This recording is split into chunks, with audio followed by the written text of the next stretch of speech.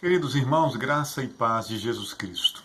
Mais uma vez aqui no canal para meditarmos na Palavra de Deus, na Santa Palavra de Deus, que tem instrução para a nossa vida, tem direção para os nossos passos. E hoje eu gostaria de ler com vocês um versículo que se encontra na carta de Paulo aos Filipenses, no capítulo 3, o verso número 1, que nos diz: Quanto ao mais, irmãos meus, alegrai-vos no Senhor. A mim não me desgosta, e é segurança para vós outros, que eu escreva as mesmas coisas. Quanto a mais, irmãos meus, alegrai-vos no Senhor. Ó Deus, fala-nos por tua palavra. Dispensa-nos, ó Deus, tua graça. A graça de crer com alegria, mesmo nos momentos mais difíceis. Sê conosco, sê com teu povo, Senhor, no nome de Jesus. Como manter a alegria em tempos de angústia? O apóstolo Paulo vai nos dizer que nós devemos nos alegrar no Senhor. Ele escreve essa carta aos Filipenses em 61 depois de Cristo, quando ele está em prisão domiciliar na cidade de Roma, e nesse momento ele aguardava julgamento por parte de César, e ele já estava à beira da morte. Paulo escreve com dois propósitos bem definidos. O primeiro era agradecer àquela igreja de Filipos pela generosidade, e o segundo, para exortá-la e para alertá-la sobre os perigos que ela estava enfrentando. Havia por parte do velho apóstolo Paulo a orientação, o entendimento, o desejo de orientá-los sobre dois grandes problemas que havia naquela igreja. Primeiro, quebra de comunhão, e outro, heresia doutrinária de alguns falsos mestres. Mas Paulo, em meio a esses propósitos maiores, toda a carta ela é permeada por um motivo, ela é permeada por um tema, e esse tema é a alegria. A gente vê isso em diversos momentos da carta, no capítulo 1, no verso 4, no verso 18, no verso 25, capítulo 2, verso 2, no capítulo 3, no verso 1, como nós acabamos de ler. Agora, deixa eu lhe perguntar, como o velho apóstolo Paulo poderia estar alegre e falar sobre alegria em um momento tão difícil de sua vida? Lembre-se, ele estava preso, aguardando julgamento, a sua morte estava próxima. Nós temos que lembrar que Paulo não estava em Roma fazendo turismo. Ele não estava na capital do império passeando. Ele estava preso. E preso injustamente. Para que você saiba, soldados ficavam algemados a Paulo 24 horas por dia. E Paulo não podia ir para onde bem entendesse ou bem quisesse. Ele vivia a expectativa da morte. Como alguém em tais condições poderia manter-se alegre, falar sobre alegria? Mas Paulo falava. E Paulo tinha alegria. E ele nos ensina. E eu quero te perguntar, e você? E nós? Como fica o termômetro de sua alegria quando as coisas não vão bem? Como está o termômetro da sua alegria nesse momento de pandemia? Seu estado de alegria, ele depende apenas das circunstâncias estarem favoráveis? Como você reage ao tempo da angústia? Perguntas que nós precisamos responder. Mas nós vamos aprender com o apóstolo Paulo como nós podemos manter a alegria em alta, mesmo em tempos de angústia. O capítulo 1 da Epístola aos Filipenses vai trazer alguns direcionamentos. A partir do verso 3 até ao verso 8, uma coisa fica muito clara nas orientações que Paulo dá à igreja de Filipos. Ele faz uma oração, súplicas em favor daquele povo, e uma coisa fica muito clara. Paulo era alguém alegre porque ele era grato a Deus. E grato a Deus por saber que Deus não lhe deixava sozinho. A igreja de Filipos era uma prova de que Paulo não estava sozinho. Aquela igreja que Paulo tanto agradece foi cooperadora do ministério do apóstolo Paulo. Aqueles irmãos ajudavam financeiramente o apóstolo Paulo em suas necessidades. E Paulo agradece a Deus pela vida daqueles crentes, pela vida daquela igreja. O apóstolo trazia boas recordações daquele povo amável, daquele povo abençoador. Agora, querido, deixa eu te fazer uma pergunta. Será que as nossas vidas, será que a vida da nossa igreja inspira aqueles que estão de fora a uma oração de gratidão a Deus? Qual é a qualidade das lembranças que nós imprimimos na memória das pessoas que nos conhecem? Isso são importantes perguntas para a nossa reflexão. Paulo estava preso, mas ele estava alegre, porque sabia que podia contar com as orações, com o companheirismo da igreja de Filipos. Então Paulo era alegre porque ele era grato a Deus, e grato a Deus porque o Senhor não me tinha deixado sozinho. Havia irmãos, havia uma igreja, haviam pessoas. Queridos, como é bom saber que nos momentos mais difíceis da nossa história, nos momentos mais angustiantes da nossa alma, nós podemos contar com alguém. Nós podemos contar com alguém. Isso nos renova as forças, nos traz um novo vigor, revigora a alma cansada. Eu quero lhe dizer que você pode ser alegre porque você não está sozinho. Jesus tem colocado pessoas ao seu lado. Jesus tem colocado a igreja dele ao seu lado para orar por você. Nesse momento tem alguém intercedendo por você. Não duvide disso. Jesus sempre vai levantar pessoas para estarem batalhando por você em tempos difíceis. Ele não nos deixa só. E se não bastasse o fato de que Jesus levanta as pessoas, coloca pessoas do nosso lado, Ele próprio está conosco, porque Ele é o Deus Emanuel, Ele é o Deus presente. E ainda que todos pudessem nos abandonar, Ele permanece conosco. E a certeza de que Jesus está ao nosso lado deve ser o maior motivo da nossa alegria. Sabe por quê? Porque quem tem Jesus tem tudo na vida. Se você tem Jesus, você tem razões de sobra para ser alegre. A partir dos versos 12 do capítulo 1 de Filipenses até o verso 18, Paulo vai elencar algumas circunstâncias difíceis pelas quais ele já passou e vem passando.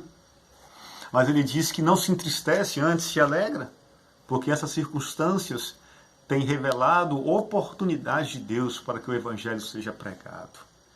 Queridos, e nós mantemos alegria, aprendemos isso com Paulo, quando nós entendemos justamente isso. Quando nós entendemos que as circunstâncias mais difíceis da vida são oportunidades que o Senhor nos dá para revelarmos sua vontade, para revelarmos a sua glória. A prisão de Paulo foi estratégica. Quando Paulo entrou em Roma, não era mais um prisioneiro que estava entrando, mas era o Evangelho, a santa palavra de Deus que estava entrando na capital do império. As cadeias de Paulo possibilitaram a Paulo que Paulo evangelizasse 4 soldados romanos por dia que ficavam presos a ele. Paulo evangelizou membros do palácio. E Paulo, ainda com seu exemplo, motivou os cristãos de Roma a se engajarem, a trabalharem na obra, no reino de Deus. Queridos, Paulo estava preso, mas a palavra de Deus não estava algemada, ela nunca está. Podemos estar passando por momentos difíceis, mas a palavra de Deus está livre. Sem a prisão de Paulo, muito dificilmente aqueles militares, a elite romana, seria evangelizada. Quem sabe Deus não está dando oportunidade a vocês nesse momento ímpar da história para alcançar pessoas que de outra forma, em outro tempo, não seriam alcançadas. Deus é soberano e Ele tem o controle de todos os momentos da nossa vida. E Ele pode transformar os momentos de maior angústia em grandes oportunidades para que o seu nome seja glorificado, honrado através da pregação do Evangelho, para que vidas sejam salvas. Queridos, e haverá momentos que o próprio Deus, o nosso Senhor, suscitará grandes tribulações, grandes dificuldades em nossa vida. Sabe para quê? Para nos tirar da zona de conforto. Exatamente. E para nos encaminhar para o centro da sua vontade. Muitas vezes Deus vai usar essa tática, essa estratégia. E isso muitas vezes implicará em perdas, em que nós assumamos alguns riscos, mas ainda assim, a alegria deve contagiar o nosso coração. Pela certeza de que nós temos de que Deus será honrado e glorificado, de que vidas serão alcançadas. Paulo se alegrava em saber que a sua prisão estava contribuindo para o progresso do Evangelho. Ele diz isso claramente lá no capítulo 1. Ele estava contente por saber disso. E uma boa forma de não azedarmos, de não ficarmos secos nas tempestades da vida, é olhar para Deus. É tirar o olho de si mesmo, é tirar o olho de nós mesmos e olhar para Deus. É deixarmos de ser o centro de todas as coisas, a referência, para colocarmos os olhos do Senhor. Quando enxergamos os momentos de angústia, queridos, como oportunidades para glorificarmos a Deus, as coisas mudam drasticamente. Aliás, a forma como nós reagimos aos momentos de dor e sofrimento vão revelar o nível de maturidade do nosso caráter. Esse tempo tem revelado isso. Sei que não tem sido fácil para ninguém, não tem sido fácil para mim, mas Deus tem nos dado a oportunidade de crescer. E em terceiro e último lugar, o apóstolo Paulo nos ensina uma verdade maravilhosa. Nós mantemos alegria quando nós compreendemos que a conta final da vida daqueles que temem a Deus sempre terminará com saldo positivo. É isso que ele diz lá no verso de número 21. Portanto, para mim o viver é Cristo e o morrer é lucro. É óbvio, queridos, que o sofrimento nos incomoda muito. Ninguém aqui é insensível à dor. Paulo também não era alguém que ignorava o sofrimento. Paulo não era um sadomasoquista que sentia alegria no sofrer. Não. Nós não nos alegramos pelo sofrimento. Mas Paulo, por exemplo, ele se alegrava por saber qual seria o resultado do seu sofrimento. Por isso que ele afirma que morrer é lucro. E uma pessoa que tem certeza de lucro só pode ser alguém que está alegre. Então, queridos, tudo aquilo que nós estamos passando, todos os momentos difíceis na nossa vida, mas que estão sendo aproveitados para que a glória de Deus seja revelada, eles revelarão um lucro no final, um salto positivo. Algumas pessoas reagem ao sofrimento com resignação, com apatia, simplesmente entregam os pontos, literalmente desistem de viver. Essa não é a atitude correta. Gente que espera a morte chegar. Outros reagem de forma diferente, reagem ao sofrimento com indignação, e muitas vezes uma indignação blasfema, uma indignação que desafia o Senhor, coloca a culpa de suas dores todas nos outros e no próprio Deus. Mas não é assim que nós devemos reagir. Independente da forma como se reage ao sofrimento, uma coisa comum a todos é que o medo é uma certeza. Esse assalta a todos. O sofrimento nos impõe o medo, a incerteza do futuro. E esse medo, que é o oposto, a antítese da fé, uma antifé, esse medo é um dos principais responsáveis pela falência da alegria. O medo tem a capacidade de roubar a alegria. Aliás, o medo é um ladrão de alegria, já dizia Hernando Dias Lopes em um dos livros que ele escreveu. E aí eu me lembro da história do ratinho medroso. Aquele rato tinha tanto medo, que ele morria de susto todas as vezes que via um gato.